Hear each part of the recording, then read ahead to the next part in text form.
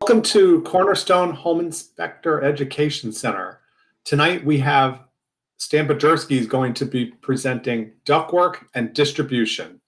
I will hand it over to you. If you have any questions, please feel free to unmute yourself and ask, and then don't forget to mute yourself when you're done. Thanks.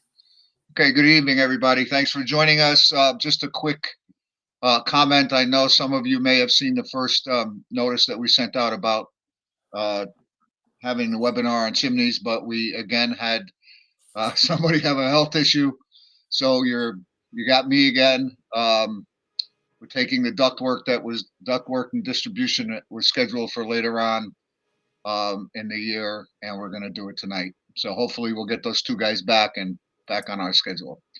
So tonight we're talking about ductwork and distribution, and during that webinar we'll be talking about moving air or distributing it, the sizing of ducts, calculating heat loads, and inspecting the ductwork. Central heating systems must have some form of heat distribution. For homes heated with steam and hot water, there would be a series of pipes and baseboards or radiators that ensure heat is distributed to all areas of the home.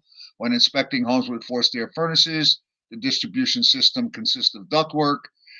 The standard of practice of regulated states generally require that the method of distribution be described and reported on and inspected. So that's what we're going to talk about today. In the frontier days, early homes were small, one-room structures with a fireplace for a heat source. And it's depicted in early homes when you see pictures that everything and everyone was crowded near that fireplace for warmth. As homes became larger, there were more fireplaces and other rooms for heat sources. Today, we have the luxury of the distribution system. The first attempt to distribute warm air was what everybody refers to as the octopus, which was the early warm air furnace distribution. It did not have a circulating fan. Instead, it was based on the premise that warm air rises, oversized ducts supplied air to the different spaces. The cold air would fall to the floor and find its way back in an oversized return plenum, ductwork. So ductwork distribution system. Ductwork is best described as a network of metal or flexible pipes that transport conditioned air from your HVAC system to air vents, which then distribute the air into your home's living areas. Ducts typically snake through attics, crawl spaces, or basements, delivering cool air in the summer and warm air in the winter. So here's a breakdown of the key components of the ductwork system. The main trunk. Envision the main trunk as the highway of your duct system. It's the largest duct and receives conditioned air directly from the heating and air conditioning unit.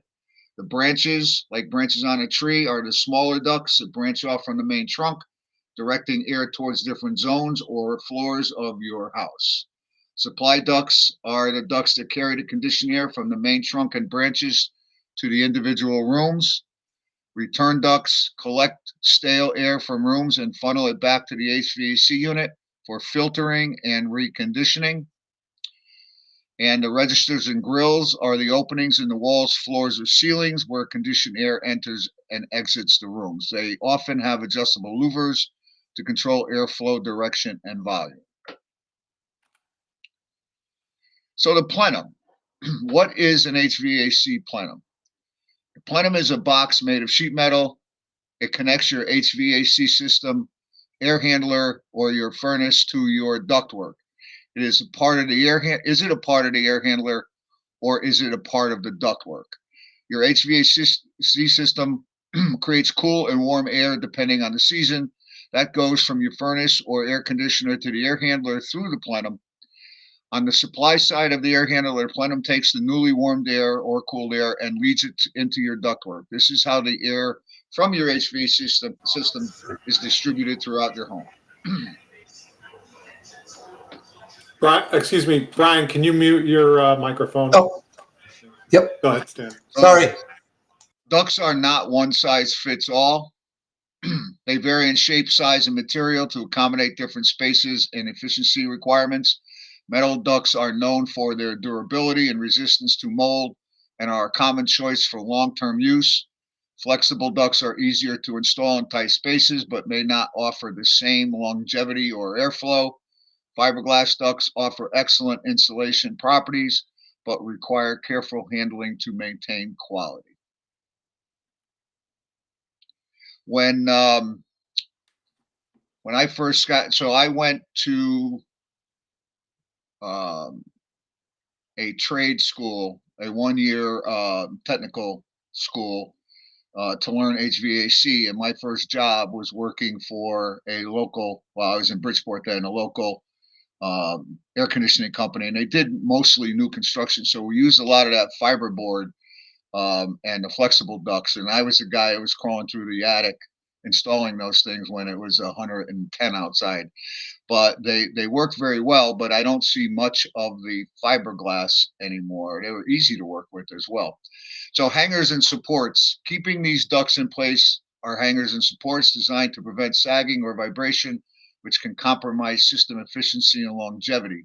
These supports come from various forms, such as U-bolt hangers for secure mounting, trapeze hangers for suspended ducts from ceilings, strut hangers for versatile support configurations, and spring hangers that can absorb vibration, minimizing noise and wear on the ductwork.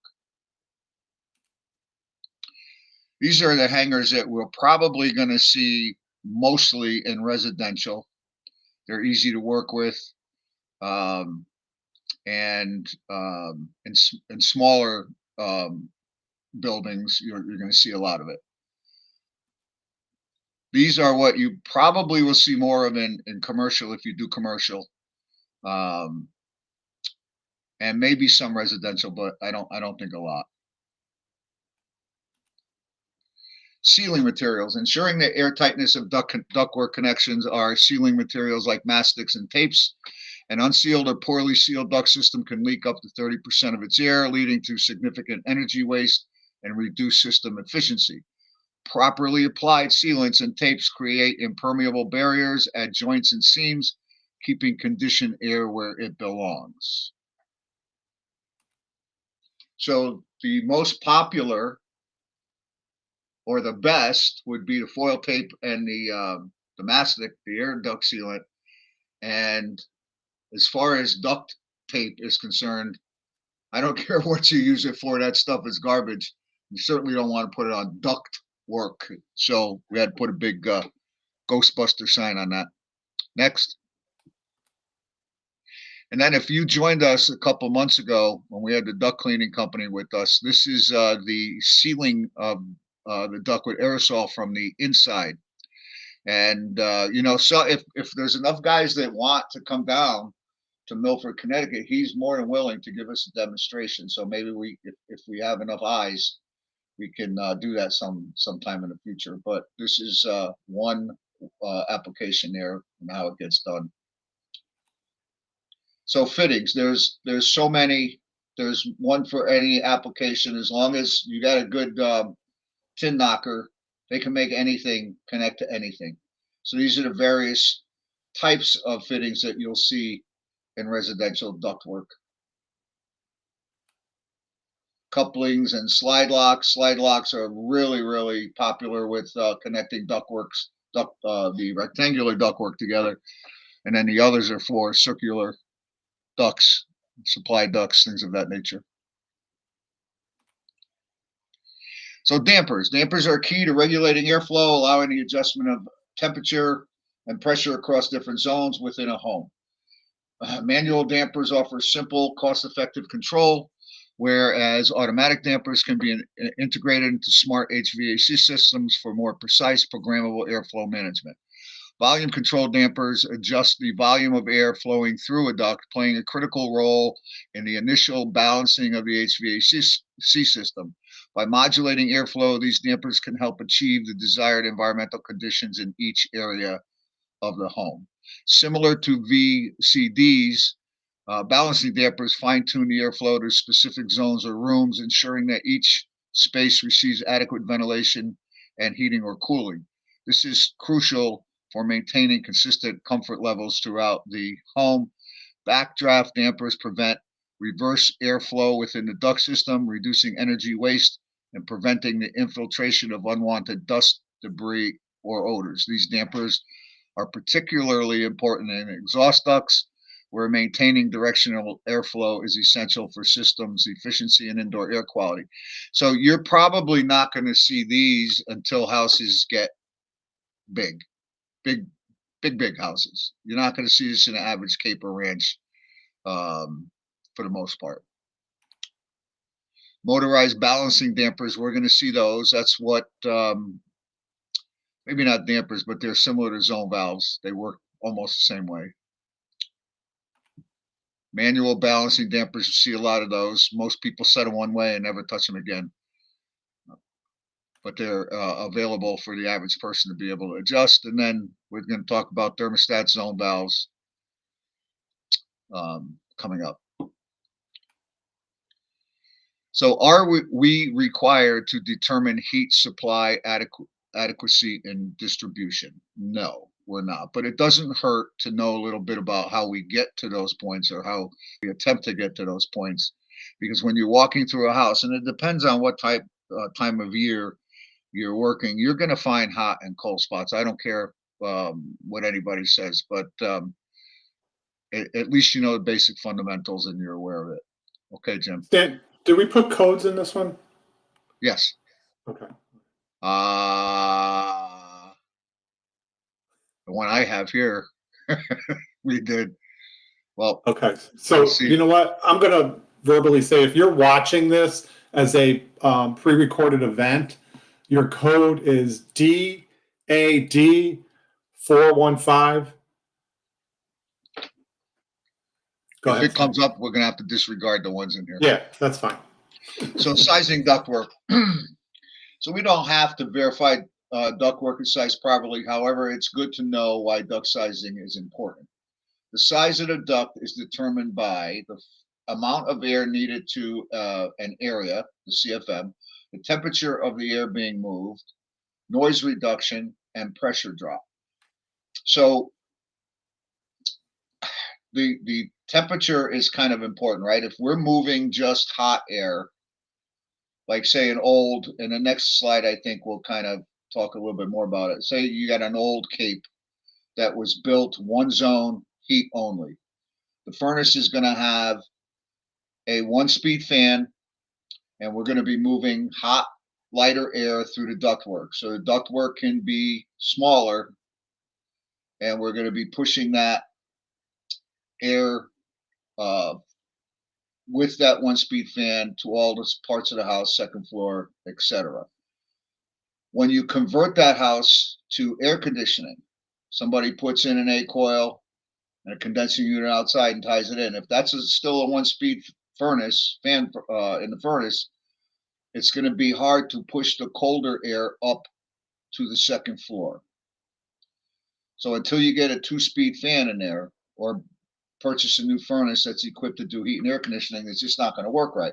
So next slide, Jim. So I can't tell you how many times I'm doing a Cape, right? A one-zone forced air heating system designed to provide heat to a single-family home has the ductwork designed to move the lighter heated air. The fan, also 1-speed, as we discussed, designed to move the lighter air. Retrofitting that system with central air in a ranch may cool the home, but will not be efficient. But in a ranch, it's one floor, so it's not going to be a big deal. Try to move that heavier, cooler air to the second floor of a 2-story home may not work effectively. So how many times have you seen a Cape with window units on the second floor, even though it has central air? And people start to freak out when they realize that.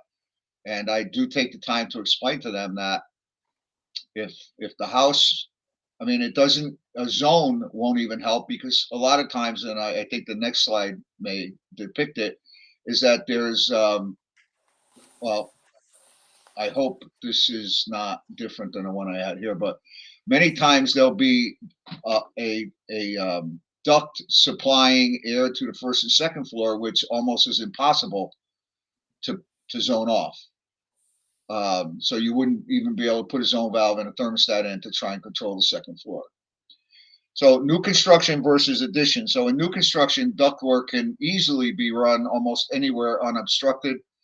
If you look at the bottom two pictures, they could be nice and neatly tucked into the joist bays or alongside a girder and then boxed out later if you want to finish the basement. But with retrofits and additions, it could be much, much trickier, and weaving through the trusses and tying in behind studs and rafters and stuff like that, trying to get from one place to another can be very difficult. We've all seen that. Okay, Jim.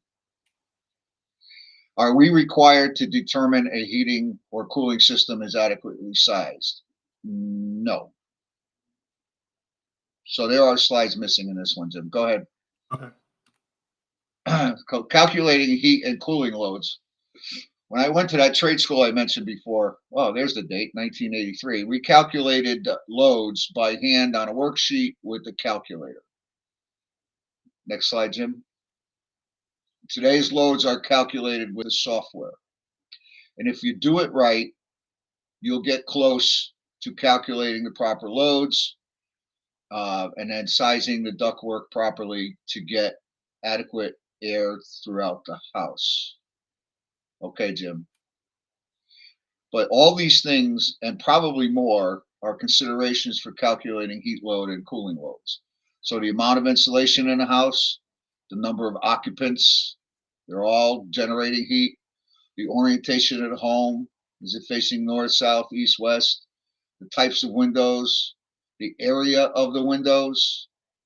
We used to have to, obviously we're all mock projects, but take the area of the windows and add them up to see how much heat losses through those windows. The climate and region you're in, obviously. Appliances, not just kitchen appliances like a refrigerator that runs all the time, and well, not all the time, but cycles on and off and has heat emitted. But other devices like computers and anything else that generates heat while operating. Obviously, the room sizes have a lot to do with that. The orientation of the home. Did I put that there and there twice? Oh, I covered that already. Lifestyle habits. Are you exercising in your home? Building materials, infiltration rate, ceiling heights, orientation of windows, and probably a lot more. All these things have to be taken into consideration to determine the heat load. And then, of course, the ductwork is designed accordingly to move that air. All right, Jim. Is sizing and distribution an exact science? Absolutely not. And depending on the diligence of the installer, the accuracy of the data and calculations, the design and construction of the home, there will always be hot and cold spots, I believe. It's just really, really hard to be 100% accurate. So part of the duct or distribution system contains the filtration system. There's many different types and locations. We've seen them all. We have the cheap 30-day filters. We have the 90-day filters. We have the high media filters. We have electronic filters. We have the filters underneath the units, on the side of the units. God knows where else they would be, but they're all on the return side, and they all need maintenance. So it's something that I think we all will probably check, just to note in the report if the filters are dirty or absent. Okay, Jim. Here's a few more, also in the walls, and the registers in the walls. And then is my favorite down on the bottom right, the reusable, washable, whatever that mess is in there. Next. So I call out open filter compartments like this because you're pulling in air, especially if it's a finished basement, it's more of a concern. You're pulling in air that's cooler in the winter, that's probably more humid in the summer. And if there's odors in your basement, you are drawing air in through there. So I will mention to my clients that they should try to cover that up. Foil tape is fine, but at least minimize the air being drawn out from your basement into your supply. I've been seeing some new interesting products, magnetic products that go over them, and different doors that could be installed. So it's not a difficult fix. No, it's not, and I bet you it doesn't get done much after I say that. But No. filters installed the wrong way, not a catastrophic event, but they are set up to catch different sized particles at different parts of the filter. Whoever marked that has that going the wrong way because it's supposed to point towards the furnace. And then whoever put the filter in followed the arrow on the compartment there. So, okay. But I kind of mentioned that. I'd let the people know there's a direction. That's why the arrow's on there. So inspecting the ductwork. There's not a lot to it, but you want to obviously make sure they're in place. And we'll just go through the slides as we get to them. Go ahead, Jim. So only portions of the ductwork may be accessible for inspection, as some run through walls and there may be a finished basement concealing them as well. Here are the common defects that one might find while inspecting ductwork. Separated or damaged ducts. Probably the obviously easiest duct material to damage is that flexible ductwork. So, you know, often you'll find it split open like this, dumping air into the attic space or a crawl space or a basement. Sometimes ductwork becomes separated and people are not, they may find it, but they don't repair it properly. So using the duct tape doesn't always hold things in place.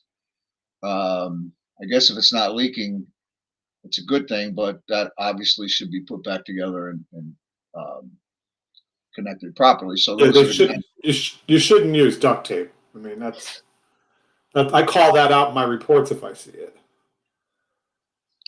Okay, Jim. So here's a couple more that covering for the flexible duct tape will deteriorate.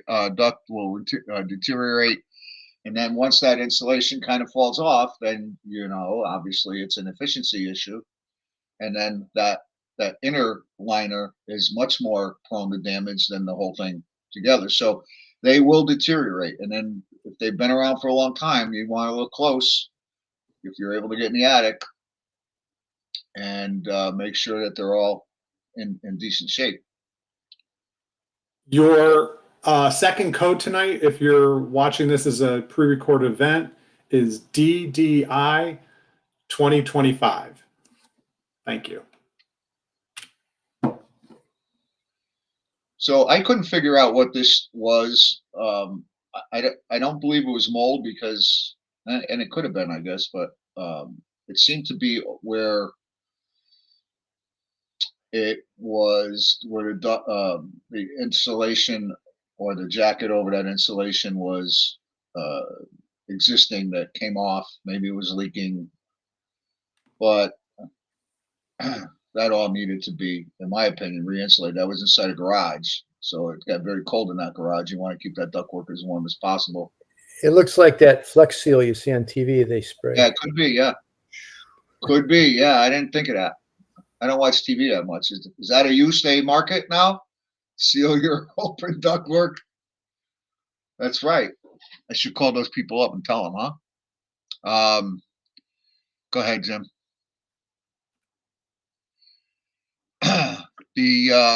So sometimes you'll have a furnace or an air handler mounted hanging off a ceiling or mounted in a way that it might vibrate against the ductwork that's more rigid. So there'll be a canvas vibration absorber in there, and they can rip, they can deteriorate. So you got loss of energy there, obviously. So those are the kind of things you want to kind of peek around and see what's going on. Okay, Jim. So again, a split piece of ductwork, but you also got to look at how they're installing them. That probably wasn't even mounted properly. and just fatigue. They could have been collecting moisture there, and there might have been weight that split it. Obviously, that's inside a crawl space. So if you get a chance to see that kind of stuff, we got to call it out.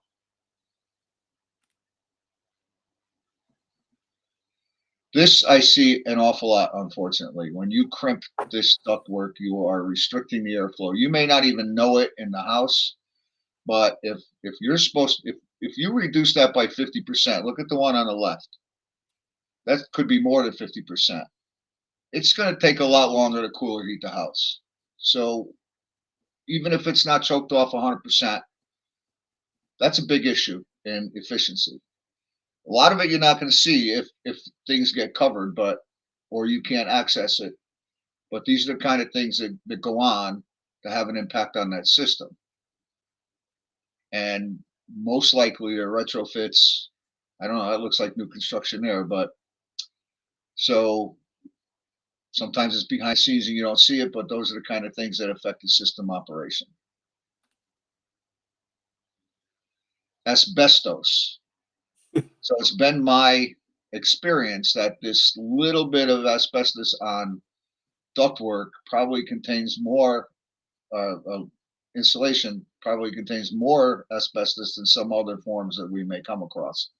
And if it's intact, obviously it's not going to be as big an issue as if it's like that picture on the left. I know asbestos abatement companies that don't remove it. They just take all the ductwork out and replace the ductwork. Are they allowed to do that? I thought they were not allowed to do that. Why not? In Connecticut, it's my understanding that you have to remove the asbestos first, that you cannot just remove the ductwork as a whole unit without removing the asbestos first. The asbestos has to be remediated before the ductwork's removed. I've never heard of that, and it's just easier to take all that right out of the house in a bag than to make a big mess in the house. I could be wrong. And then I've been in the dark for 37 years then as well.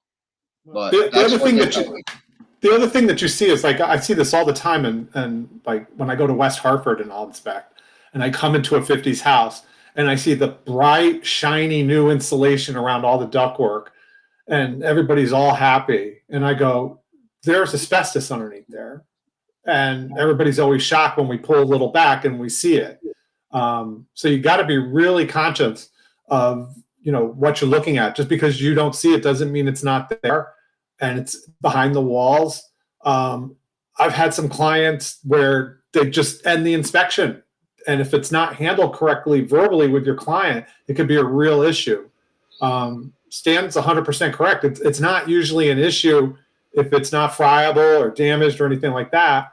But my thought was always that if there's gaps in the piping or anything like that the airflow can grab some asbestos fiber. So you have to put it in the report. I know my comment's pretty severe, just to protect the client if they want to get remediation done or negotiation. They got to be informed. And some people will look at it and they're like, it's no big deal, it's fine. And I try to make it a little bit big deal, because if you go to sell the house in 2 to 3 years, your next buyers, it could be a different market, and then now you don't have buyers because you have asbestos. Right, there's no way to have language to appease both sides, right? There's people who are puffing on a cigarette going, I don't care about asbestos, right? Okay, well then buy the house. That's fine. I'm just bringing this to your attention. And then if it comes back when you go to sell, then you deal with it then. And then there's other people who almost want to get out of the basement immediately. So there's no way to appease both. I think we just need to find a way to report on it that protects us first, and then puts that out, for their information, and then they do what they have to do. But I got people who don't care about radon that are smoking a pack of cigarettes a day. I can't argue with them. They're killing themselves in other ways. Okay, Jim.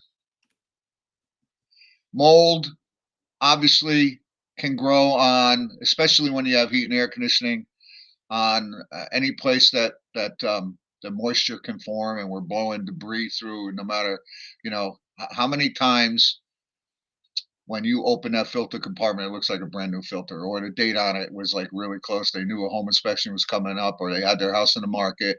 But we don't know how often that filter was changed prior to us being there, and that's where all this mold can occur. Now, that's another environmental issue that freaks some people out, and other people don't care.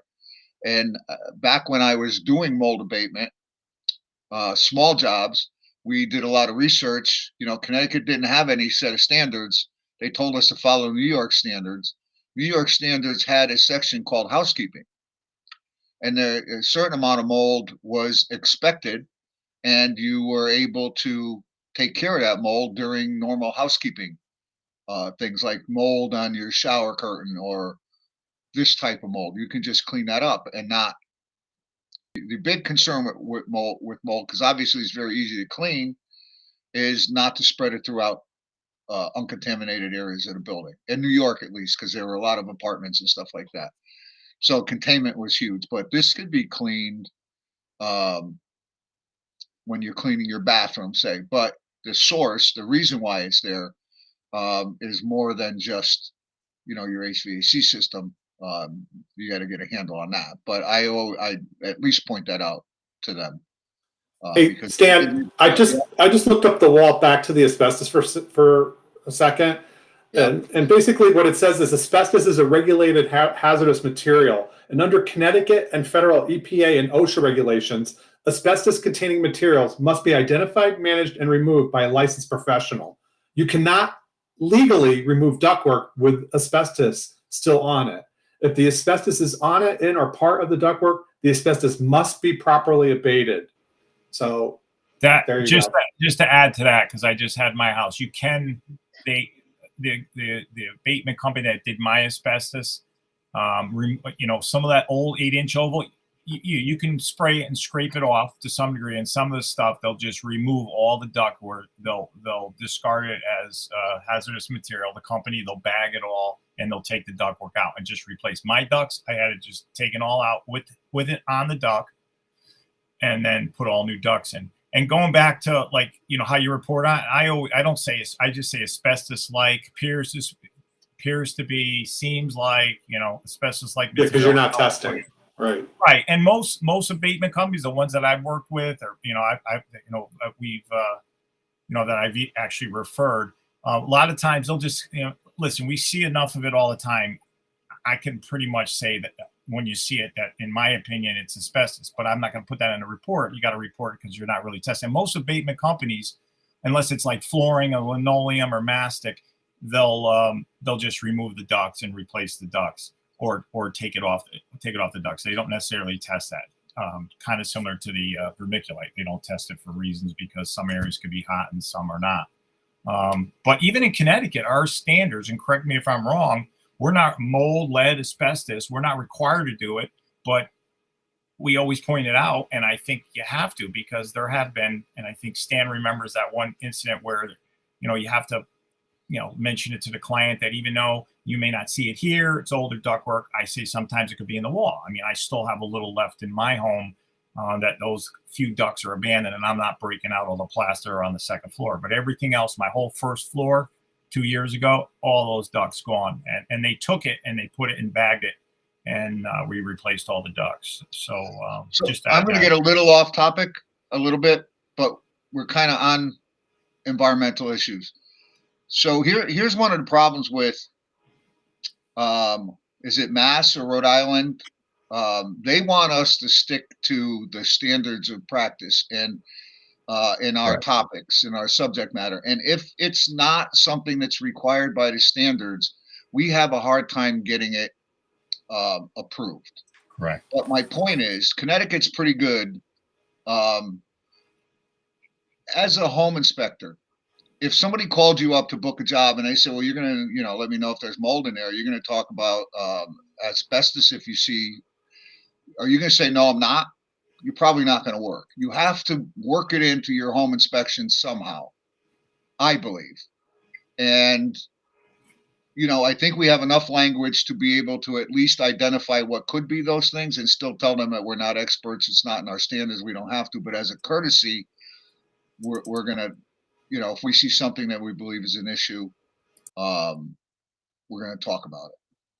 And for me, you know, in 37 years, I've never had an issue either way.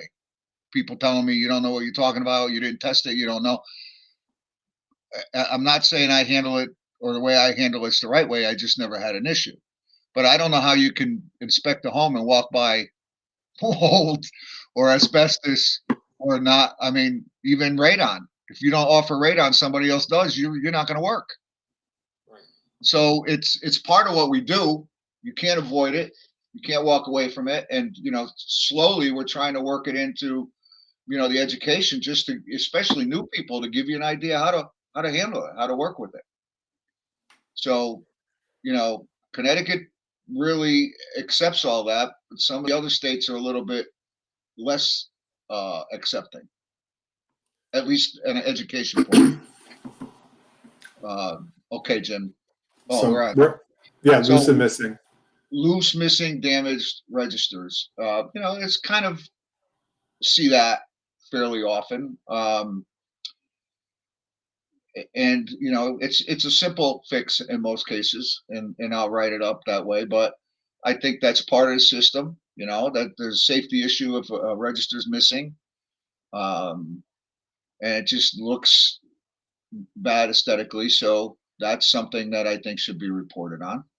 Do you when you're inspecting, Stan, do you take the registers up and look down into the ductwork? If convenient, like if I don't have to go out of my way or move a chair or pull up a carpet, if it looks like, you know, there's, after years of no matter what your profession is, you get this gut, right? Where you feel, I better look at that. There's something weird there. But I don't like pick on too many. And how do you handle, I've had a couple of clients come back to me and say, you know, we moved in, we found out the ductwork was, you know, dusty or dirty.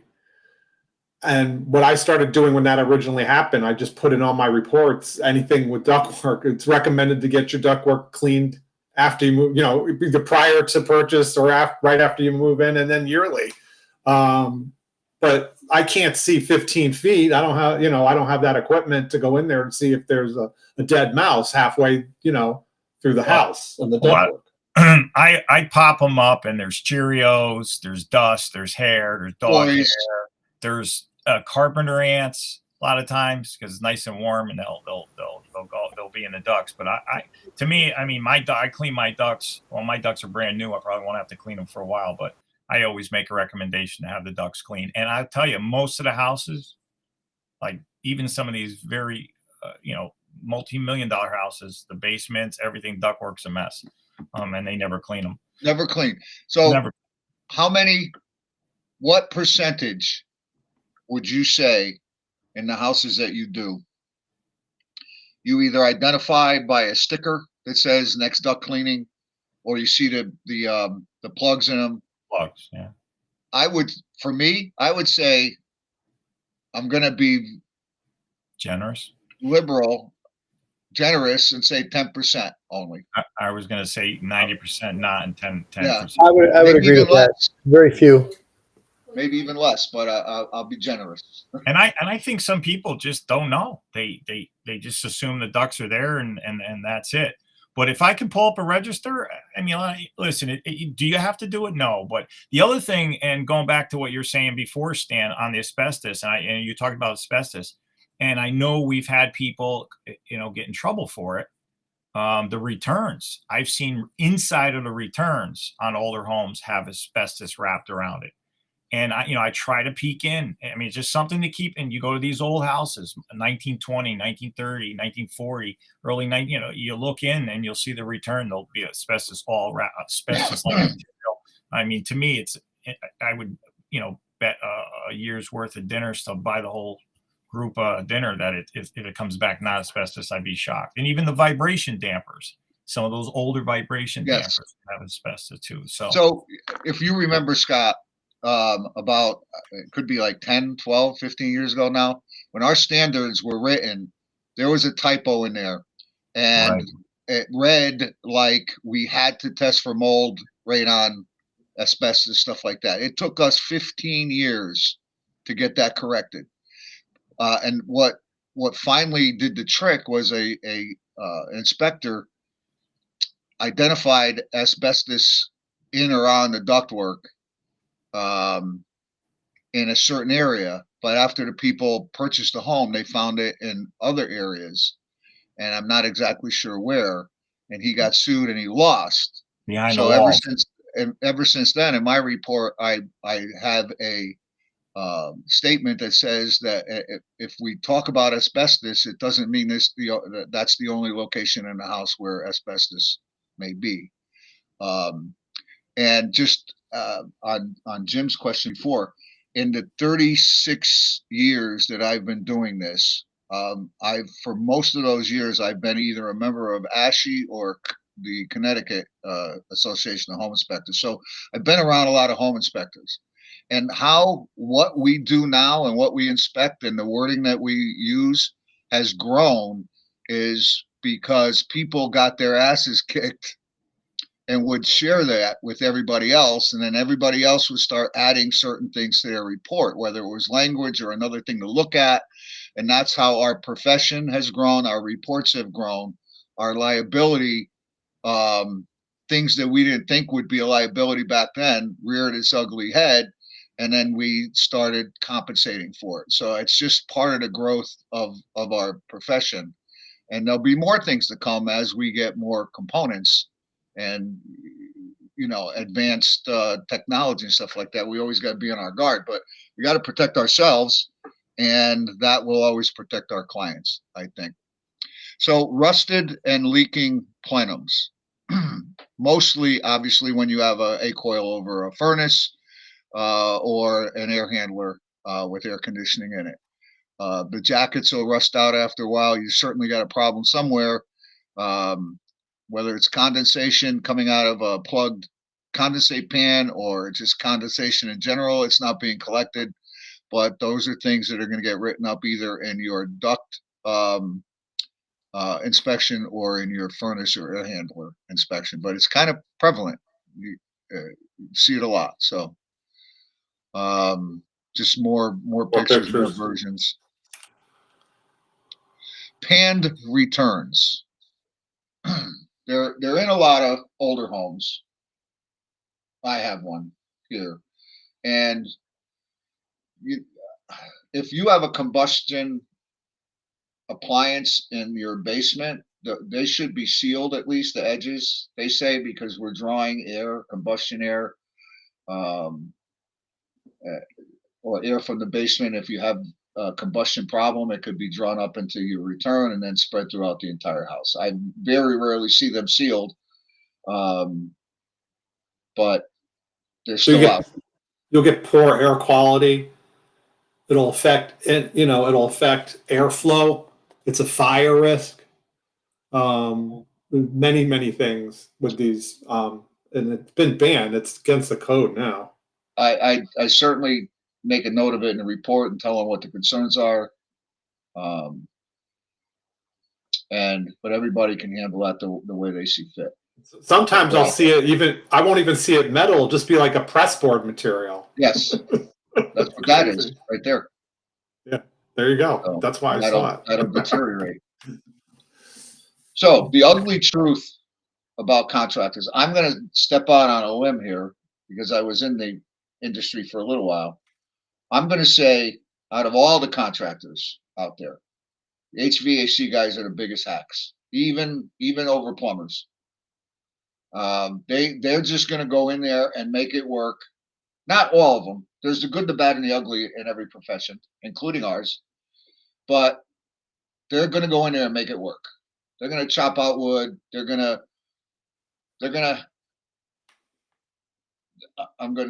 half-ass it when they have to. So you really got to have your eyes open when you're moving through the HVAC system. Go ahead, Jim. Next. So these are not. I didn't see these personally. I took them off the internet. But if anybody set this up just to take a picture, there are crazier people out there than I think. These have to be real pictures. But I've seen ductwork similar to that before. But you're going to come across crazy stuff. And to me, if you see anything remotely like this, I would just call it out. And hopefully there's somebody better in town to come and evaluate it. But they're big hacks. So unfortunately, I didn't get Jim the current one. There were a few more slides in the one I have here. So I'm just going to throw in a recent story. I have a question though before you head on to that. Sure. So how do you want, or how are you looking at makeup air systems with the duct systems now? Because we're seeing a lot of those now. Makeup air systems are popping up everywhere, at least where I'm going. And they have ducts, and those ducts interconnect with the furnace ducts that are existing or have just recently been installed. So are you talking about taking outside air as makeup? And yeah, makeup air systems, Yeah. right? They're filtered makeup air systems. It's a box that'll hang from a floor joist or a rafter or wherever, and it will tie into the duct system of the existing heating system. I didn't know if you had some comments on that. I mean, I know what I'm looking at, but I just was curious. I do. So I haven't seen many here on residential, and I see it more in commercial. For instance, hospitals have to have a certain amount of fresh air makeup in their buildings at all times, right? Because of the germs and stuff like that. So they constantly, they're never closed off, and they may modulate. They bring in fresh air, and they exhaust to outside a lot of the air. I don't see it much in residential, and I wonder what kind of an impact it's going to have on the efficiency. If you're bringing in outside air, I don't care if it's heating or cooling. If you're not, you can't mix 100-degree air with your cool air. Even if you bring it into the return air, your return air is maybe a little warmer than your but Stan, wouldn't you consider that more of a specialty thing? I would, yes. Yeah, I mean, it's something, and I don't think the standards in both states, Connecticut or Mass, at least the ones I work in, don't mention anything about those types of systems. So I usually call that out as a specialty system. I may open up, pop, and look at the filters, make sure there's filters in them. But beyond that, I don't know that it was sized properly for that furnace. I have no way of knowing that, and nor would I try to even calculate that. Do you find, I'm just thinking out loud now, is it a specific contractor or a group of contractors that might be? It doesn't matter, mostly because part of my business is mold. So a lot of houses now are coming in with that because they're trying to turn a box into a box. And so they're trying to make sure that that air is super conditioned that they're living in now. So I see it probably about 10% of the time, maybe 5 to 10% of the time, I'll see those now more and more. On newer construction? Both. Because those air-to-air heat exchangers that are used in houses that are foam insulated, because we make the house so tight, we gotta, at least they're tempering the air. So is that what you're talking? You're not talking about a air-to-air heat exchanger, right? You're talking about actual makeup air from outside going into the ductwork directly? Oh, you're muted. I'm trying to turn my mic on. Yeah, no, actually it does. Most of them that I saw do take the air and they temper that air that's coming from the exterior. So there's about 4 different ducts running off of these systems, sometimes 5. And so you have air coming in from the exterior, and that somehow, and there's a blower inside these things too. Yes. Yep. Because so you got to have positive pressure, but then you'll see the ducts, how it interacts with the ducts on the return and discharge side of the existing HVAC system. Now, how they figured that out, I have no idea. So I couldn't tell you if it's working properly or not, but they do filter it and they do temper it. Yes. And you see those quite a bit, actually. You're going to see them more and more. All right, so we're on the same page now. We're on the same page. I get exactly what you're talking about. But so, my real question is, I mean, the standards don't address stuff like that. Am I correct? It's still a specialty item. Is that correct? Yes. Yeah. Okay. But if you start to, so what I found, and I can't speak for your state, I can't speak for Rhode Island, I studied all 33 states that are regulated. They don't, once these standards are put out there, I know for a fact in Connecticut, there's like 13, 14, 15 different departments that have to look at these standards when you make a change. So first your submitted change, and then when the change is written, it's got to be approved by somebody. So you're probably going to see these things more and more and more until issues arise that force them to include them in the standards.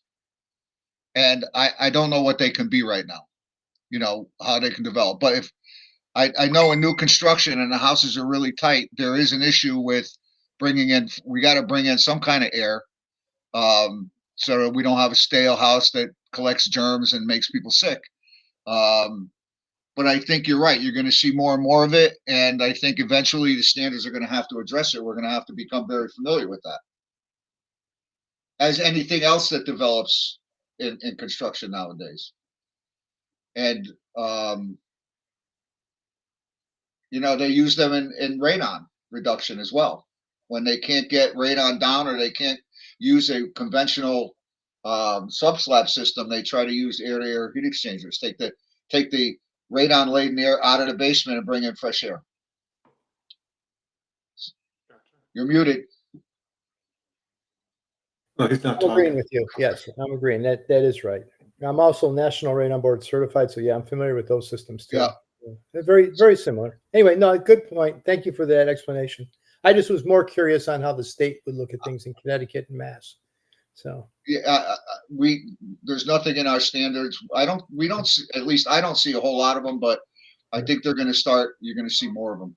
okay, thank you. You're welcome. So, a realtor who's been referring me probably, if I've been in business 36 years, my 37th year, probably 30 years. And she's a little bit of a dingbat. She gets the job done, and she actually cares for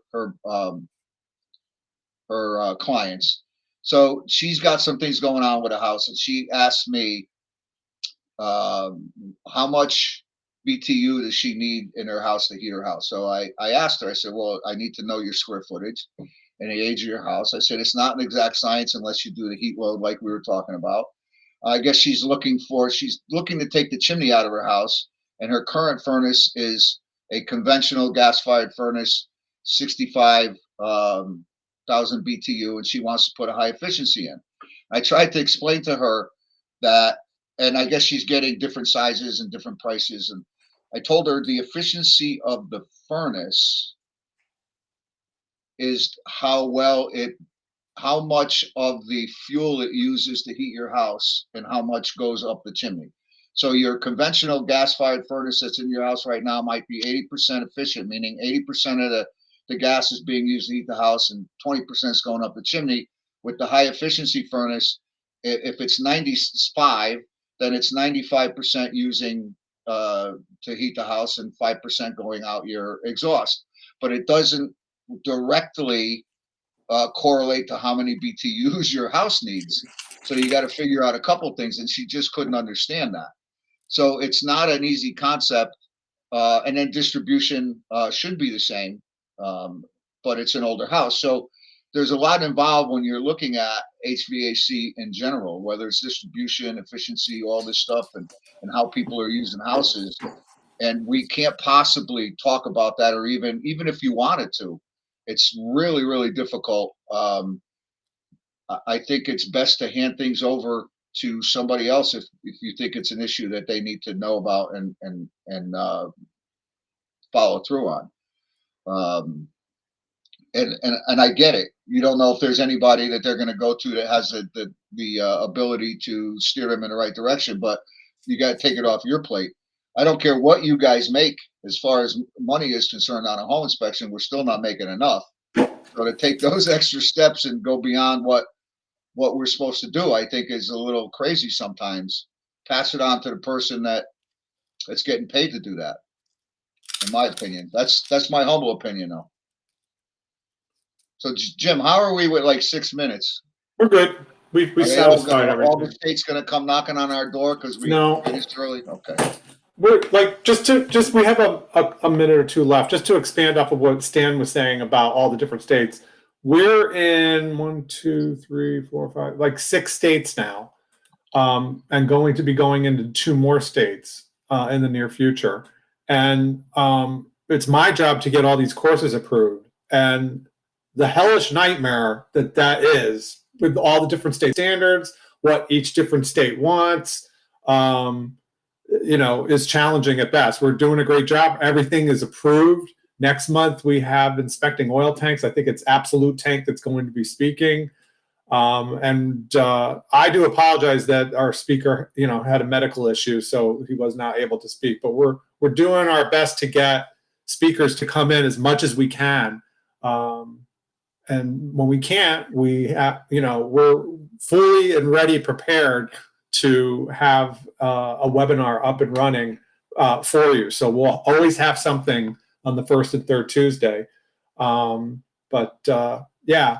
I always tell my interns when I train them, read your state standard. That's your Bible. You just read it again. I read it every year just to refresh myself.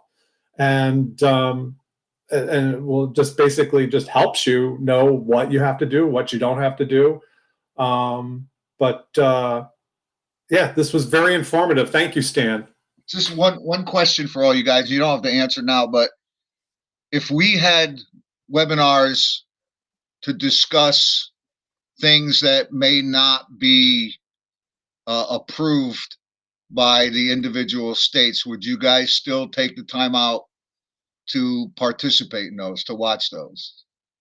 They're not going to get you a certificate for continuing ed, but they might be beneficial to just spitball what goes on in our profession and how to handle it, and cry on each other's shoulders, so to speak, because there's a lot of topics we can talk about. They're just not going to approve them as continuing ed. So we'll throw one out and see if anybody's interested, and we may even put them on to. We monitor Facebook groups because there's a lot of topics that are being talked about out there, and that's maybe where we'll get some of our. I thought the state standards do allow for that because they accept radon training up to certain credits. They accept wood destroying insect inspections up to certain credits too. So I thought they did do that. Put it out there, and they either say yay or nay, right? And then we got to drop back and punt. Huh. As you well know, no more. I can't get anything in Rhode Island approved. Anything with an electrical in the title. They don't. Breaker panel. They can't take the covers off anymore. Yeah, they won't even approve me teaching anybody how to test an outlet. And it's just so ridiculous. Wow. But we do what the states can do. Mass came down on us this week because they saw that on our website, everybody else can watch a pre-recorded webinar. Like if you couldn't make it tonight and they can get credit, and Mass, you can't. And somebody went on our website and saw that and read us the riot act and said, you better not be letting Massachusetts guys do that. And it says right on there that Mass can't get CEUs for pre-recorded. So every once in a while we get hollered at like little kids, even though we're doing it right. And we just, it comes with the territory, right? Just like home inspections. There's stuff that come with this that we have to deal with that seems ridiculous, but we'll do it because that's what we have to do. So, and as we expand, we bring in more of that. Yeah. Just to wrap up, and we'll let everybody go. If anybody ever has an idea for a speaker or has a friend who's an electrician or a plumber that they feel would be a good speaker, just reach out to me and I'll reach out to them, and we do all the work. We can get them PowerPoints and all that. But if there's a topic that you'd like to hear about, just let us know and we can always develop something. So thank you for coming tonight, and thanks, guys. We'll see you in 2 weeks. Thank you. Stay safe.